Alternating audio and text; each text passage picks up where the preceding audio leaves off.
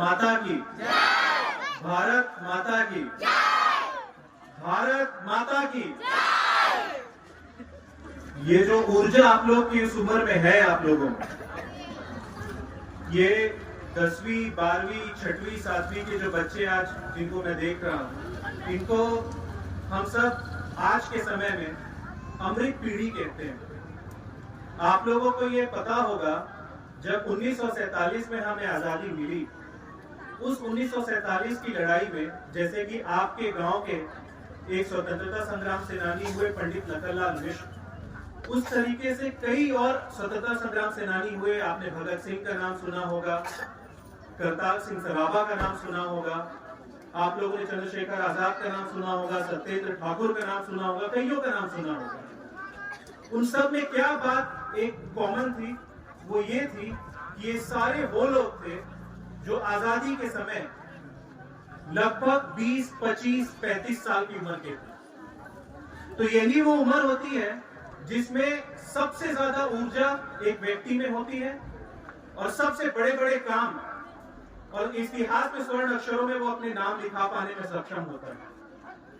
मैं ये बातें क्यों कह रहा हूं और क्यों मैंने आप लोगों को ये अमृत पीढ़ी कहा, क्योंकि आज से लगभग 25 साल बाद जब 2047 में हमारे देश को 100 साल हो जाएंगे आजादी पूर्ण किए, वो जब समय आएगा तो आप ही में से जो आज 10, 15, 20 साल के हैं, वो तब 35 साल, 40 साल, 45 साल के रहेंगे। आप लोग तय करेंगे, आप ही में से कोई तय करेगा कि ये देश की नीति कहां होगी। आप ही में से शायद कोई तय करेगा कि किस तरीके से इस गांव का विकास होगा, और आप ही में से कोई तय करेगा कि किस तरीके से ये राज्य की दशा और दिशा होनी चाहिए। अभी जिन समस्याओं के बारे में चर्चा हो रही थी, वो समस्याएं हैं। उन समस्याओं को आपकी उम्र में आप सबको एक अवसर के तौर पे देखना है और उस अवसर को पूरा करना और उस समस्या को दूर करने का बीड़ा आप लोगों को अपने आप में उठाना है, क्योंकि आप ही वो पीढ़ी है जो निर्णायक तौर पे एक भूमिका निभाएंगी। एक समय होता था जब कहा जाता था 100 में 80 बेईमान फिर भी मेरा भारत महान। आज इस किस्म की कोई बातें होनी बहुत हद तक कम हो गई। आज हमारा देश 5वीं सबसे बड़ी अर्थव्यवस्था बन चुका है, 4थी सबसे बड़ी वैश्विक बाजार बन चुका है, 3रा सबसे बड़ा पूरे विश्व का ऑटोमोबाइल उत्पादन, जो वाहन है, दुपहिया, तिपहिया, चौपहिया वाहन का उत्पादन हमारे देश में होता है। मोबाइल उत्पादन पूरे विश्व का दूसरे नंबर पे सबसे अधिक हमारे भारत में होने लगा है। और अधोसंरचना विकास, जो ये सड़कें हैं, जो ये पुल बनते हैं, बड़े बड़े हाईवे बनते हैं, आपको जानकर के आश्चर्य होगा पूरे विश्व में सबसे ज्यादा यदि अधोसंरचना विकास पे खर्चा हो रहा है तो हमारे भारत में हो रहा है। ये हमारे लिए गौरव की बात है और इस बात को समझने की जरूरत है कि ये किसके लिए हो रहा है। ये आप ही लोगों के लिए हो रहा है। जब आप उस अवस्था में पहुंचेंगे, 25 साल 30 साल के होंगे, जब आप में से कोई शायद कलेक्टर बनेगा, कोई शायद सरपंच बनेगा, कोई शायद मंत्री बनेगा, तो आप लोग उस समय इन सुविधाओं का उपयोग करते हुए विकास के नए आयाम बढ़ सकेंगे और स्वर्णिम अक्षरों में अपना नाम लिखा सकेंगे। ये बात हमको सबसे ज्यादा समझने की और भी जरूरत है। आज का दिन हमें सबसे ज्यादा क्या सिखाता है? हमें हमारे उत्तरदायित्व का बोध कराता है। हम जब स्कूल में हुआ करते थे तो हमें बहुत बुरा लगता था इस तरीके से खड़े रहना, कि बहुत देर तक हम खड़े रहते हैं, लोग भाषण देते हैं, आते हैं, चले जाते हैं। ये चीजें लेकिन डिसिप्लिन सिखाती है। मैं आपको बताऊं, जब दिल्ली में जो परेड देखते हैं ना, सब लोग देखते हैं, नहीं देखते हैं आप लोग, उस परेड को जब आप देखते हो तो एक गलती वहां नहीं होती। पता है क्यों? क्योंकि आप ही की उम्र के बच्चे वहां कम से कम 600 घंटे के प्रयास के बाद वो परेड में उपस्थित होते हैं। 600 घंटे।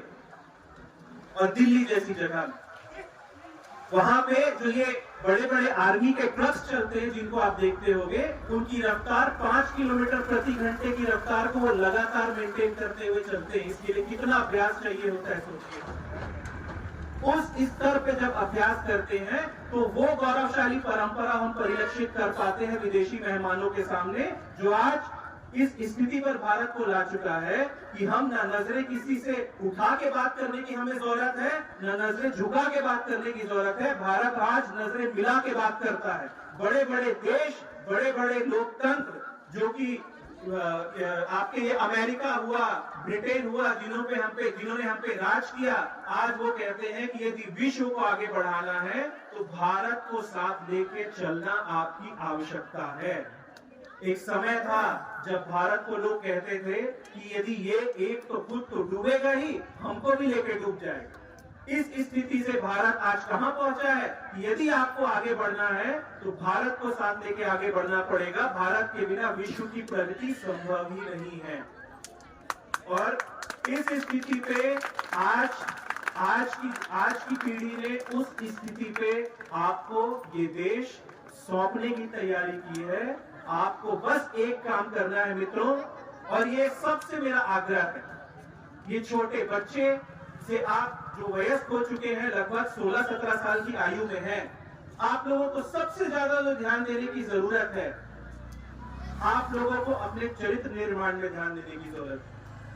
हर एक पीढ़ी की अलग अलग संघर्ष होते हैं। आज किसी को ऐसे संघर्ष की जरूरत नहीं है, भगवान की कृपा से और देश में जो प्रगति हुई है उसके कारण, कि आपको बस्ता पीछे बांध करके नदी पार करते हुए तैरते जाना है। सुना होगा ना, लाल बहादुर शास्त्री ऐसा किया करते थे। आपको इसकी कोई आवश्यकता नहीं, लेकिन आपको क्या करना है? आपको करना है कि अपने चरित्र को ध्यान देना है। गंदे गंदे व्यसन जो हैं उनसे आपको दूर रहना है। आपको पता है, किसी देश को बिगाड़ने के लिए कहते हैं वहां के बच्चों में गलत आदतें डाल दो, वो देश अपने आप चरमरा के पूरी तरीके से बर्बाद हो जाएगा। हमारे साथ का मुल्क है पाकिस्तान, है कि नहीं? पाकिस्तान की स्थिति देख लीजिए। और क्यों? क्योंकि वहां पे नशाखोरी चरम पर है, वहां पे गंदगियां चरम पर है। और भारत ने ऐसा नहीं किया तो भारत और पाकिस्तान इतने अलग हो गए आज कि भारत का नाम लेते लोग नहीं थकते और पाकिस्तान दर दर भिखारी की तरह कटोरा लेके घूम रहा। ये क्यों हुआ? क्योंकि भारत ने चरित्र निर्माण पर भी उतना ही बल दिया। और आपकी पीढ़ी के सामने सबसे बड़ा जो संकट आ खड़ा हुआ है, आप लोगों के हर एक के हाथ में एक चलता फिरता एटम बम है। मैं ये कहूंगा, हर एक के हाथ में मोबाइल है। और मोबाइल जो है वो आप चाहो, वो आपको यदि किसी से आगे बढ़ना है, आप किसी से प्रतिस्पर्धा मत करिए। आपको आगे बढ़ना है, आपके हाथ में मोबाइल है, तो वो मोबाइल जो है आपके लिए जो आप चाहो उस स्तर तक, उस ओहदे तक पहुंचाने की ताकत वो मोबाइल रखता है, बशर्ते आप उसको सही उपयोग करें। दुनिया की हर किस्म की जानकारी आप मोबाइल में पा सकते हैं और दुनिया की हर किस्म